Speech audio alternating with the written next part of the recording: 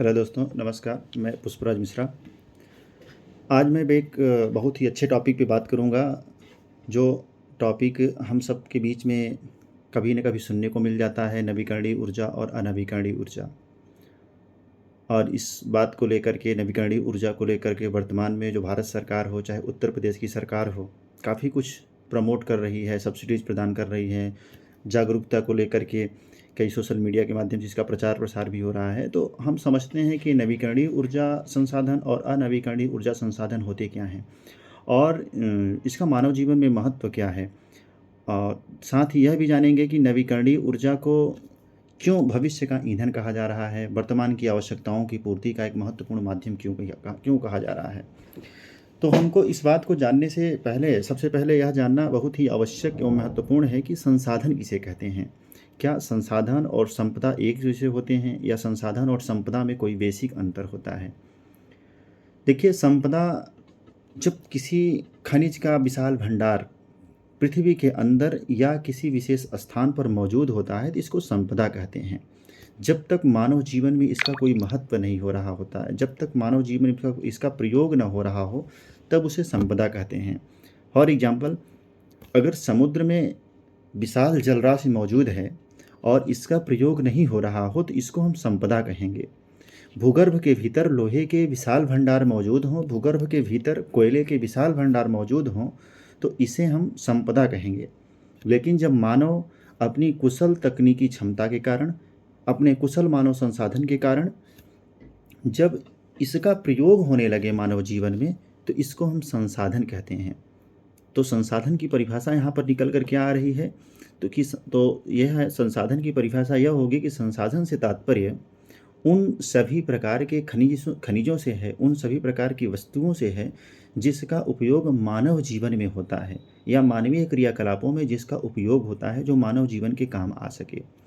अब हम बात करते हैं नवीकरणीय ऊर्जा और अनवीकरणीय ऊर्जा की, क्योंकि ऊर्जा के आधार पर देखा जाए तो संसाधन दो प्रकार के होते हैं।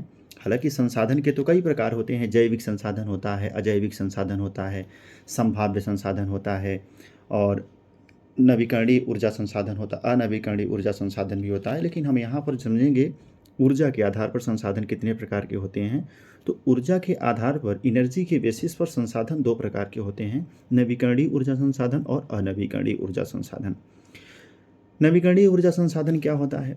ऊर्जा के ऐसे संसाधन जिनका एक बार उपयोग करने के पश्चात दोबारा हम फिर से उसका प्रयोग कर सकें, उसको फिर से मानव जीवन में प्रयोग में लाया जा सके, ऐसे संसाधन को नवीकरणीय ऊर्जा संसाधन कहते हैं। जैसा कि नाम से यह स्पष्ट हो रहा है कि उसका नवीनीकरण किया जा सके, उसको फिर से प्रयोग में लाया जा सके, तो ऐसे संसाधन को नवीकरणीय ऊर्जा संसाधन के नाम से जानते हैं। जैसे सोलर एनर्जी, सौर ऊर्जा, जल ऊर्जा, पवन ऊर्जा, इस प्रकार की ज्वारीय ऊर्जा, ये जो संसाधन होते हैं, ये नवीकरणीय ऊर्जा संसाधन के अंतर्गत आते हैं।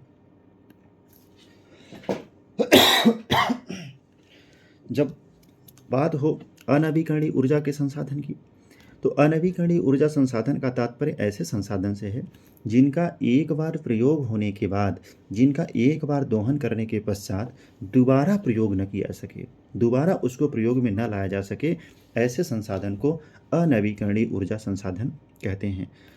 एग्जाम्पल इसका क्या है अनवीकरणीय ऊर्जा संसाधन के? तो अनवीकरणीय ऊर्जा संसाधन के एग्जाम्पल हो जाएंगे पेट्रोलियम है, डीजल है, प्राकृतिक गैस है, इस प्रकार के न्यूक्लियर एनर्जी है। ये सभी जो संसाधन होते हैं, ये अनवीकरणीय ऊर्जा संसाधन के अंतर्गत आते हैं, क्योंकि इनका नवीनीकरण नहीं किया जा सकता है। यदि इनके भंडार एक बार ख़त्म हो गए, तो इसको हम दोबारा प्रयोग में नहीं ला सकते हैं। वर्तमान में हम जानते हैं कि भारत की आबादी जिस प्रकार से बढ़ रही है, भारत में जिस प्रकार से पर्यावरण प्रदूषण की समस्याएं उत्पन्न हो रही हैं, ग्रीन हाउस इमिशंस हो रहे हैं, क्लाइमेट चेंज हो रहा है, बड़े पैमाने पर ग्लेशियर्स पिघल रहे हैं, वनाग्नि की घटनाएं घटित हो रही हैं। चाहे वैश्विक स्तर पर देखा जाए, कैलिफोर्निया के जंगलों की आग हो, या तो वेनेजुएला के ग्लेशियर का पिघलना हो, इंडोनेशिया के द्वारा अपनी राजधानी को जकार्ता से हटा करके किसी दूसरे स्थान पर बोर्नियो में लेकर के जाना, इस प्रकार के जो घटनाएं घटित हो रही हैं, उसके पीछे का रीज़न यही है कि वर्तमान में मनुष्य के द्वारा ऊर्जा के नाम पर इस प्रकार से अनवीकरणीय ऊर्जा संसाधनों का दोहन किया गया, पेट्रोलियम का, डीजल का, कोयला का, प्राकृतिक गैस का, कि वर्तमान में कई सारी मानव जनित समस्याएं उभर करके सामने आ रही हैं। क्लाइमेट चेंज की समस्या, जो तापमान की वृद्धि की समस्या है, साइक्लोन की समस्या, जो चक्रवात की समस्याएं हैं, जो आपदाओं की बारंबारता हम लोग देख रहे हैं, किसी स्थान पे अत्यधिक बाढ़ आ रही है तो किसी स्थान पर अत्यधिक सूखा आ रहा है। जिस मौसम में बारिश होनी चाहिए उस मौसम में बारिश न होकर दूसरे मौसम में बारिश हो रही है। कम बारिश का जो मौसम होना चाहिए वो घटता जा रहा है, ठंडी का मौसम घटता जा रहा है। तो इन सब के पीछे कहीं न कहीं अनवीकरणीय ऊर्जा संसाधन जिम्मेदार हैं, और यह मानव जीवन के लिए हानिकारक भी है। इसीलिए वर्तमान में ऊर्जा की आवश्यकताओं को पूरा करने के लिए भारत सरकार के द्वारा और उत्तर प्रदेश सरकार के द्वारा नवीकरणीय ऊर्जा संसाधनों को बढ़ावा दिया जा रहा है।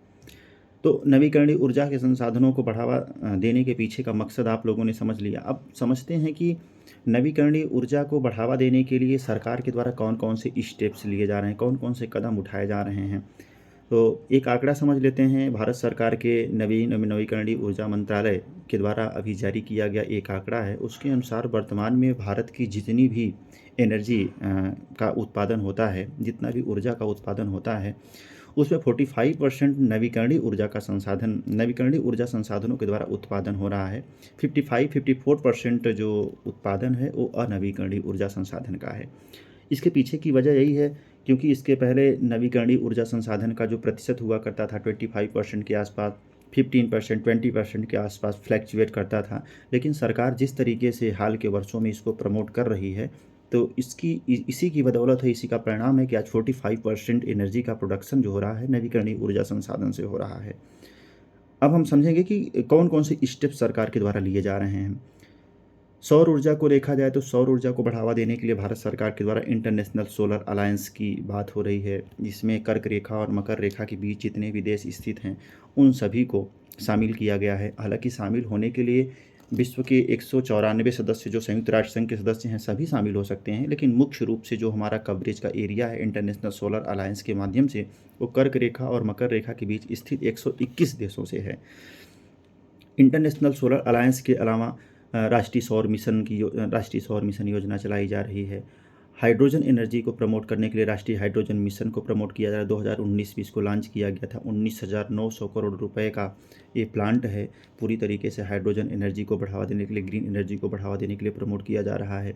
अभी हाल ही में G20 समिट जो हुई 2024 में जो हमारे यहाँ G20 समिट हुई, इसके दौरान देखा गया कि भारत सरकार के द्वारा इंटरनेशनल बायोफ्यूल अलायंस को प्रमोट किया जा रहा है, और बहुत सारे योजनाएं उसके द्वारा चलाई जा रही हैं। विंड एनर्जी को लेकर के, पवन ऊर्जा को लेकर के, इन सब प्रकार के वर्क हो रहे हैं। अपशिष्ट से ऊर्जा के उत्पादन का कार्य चल रहा है। इसके अलावा देखा जाए कि उत्तर प्रदेश सरकार के द्वारा नवीकरणीय ऊर्जा को बढ़ावा देने के लिए कौन कौन से स्टेप्स लिए गए हैं, तो उत्तर प्रदेश सौर ऊर्जा नीति 2022, जिसके माध्यम से 22,000 मेगावाट विद्युत उत्पादन का लक्ष्य रखा गया है 2027-28 तक। बायो एनर्जी, उत्तर प्रदेश जैव ऊर्जा नीति 2022 की बात की जा रही है। इस प्रकार से पवन ऊर्जा को बढ़ावा देने के लिए शाहजहांपुर, बलरामपुर, गोंडा के क्षेत्रों में विंड एनर्जी को प्रैक्टिकल के तौर पे चालू किया जा रहा है, लागू किया जा रहा है। तो ये सारे कदम जो हैं नवीकरणीय ऊर्जा को बढ़ावा देने के लिए हैं। वर्तमान में भारत की आबादी है 145 करोड़ की आबादी अपने देश में है, जो कि दुनिया की सबसे अधिक आबादी वाला देश है। उत्तर प्रदेश की बात किया जाए तो उत्तर प्रदेश वर्तमान में 24 करोड़ की आबादी के साथ भारत का सबसे अधिक आबादी वाला राज्य है। ऐसे में इतनी बड़ी आबादी के लिए, इतनी बड़ी इंडस्ट्रीज़ के लिए, इतने बड़े नगरों के लिए, ग्रामीण क्षेत्रों के लिए, सभी व्यक्तियों को ऊर्जा की उपलब्धता सुनिश्चित कराई जा सके, सभी क्षेत्रों को प्राथमिक, द्वितीयक, तृतीयक, सभी क्षेत्रों के लिए ऊर्जा की उपलब्धता सुनिश्चित हो सके, इसके लिए भारत सरकार और उत्तर प्रदेश सरकार नवीकरणीय ऊर्जा को काफ़ी प्रमोट कर रही हैं, ताकि पर्यावरण प्रदूषण, जलवायु परिवर्तन पर नियंत्रण तो स्थापित किया ही जाए, साथ ही साथ निर्बाध रूप से ऊर्जा की आवश्यकताओं को पूरी किया जा सके। बहुत बहुत धन्यवाद। नमस्कार।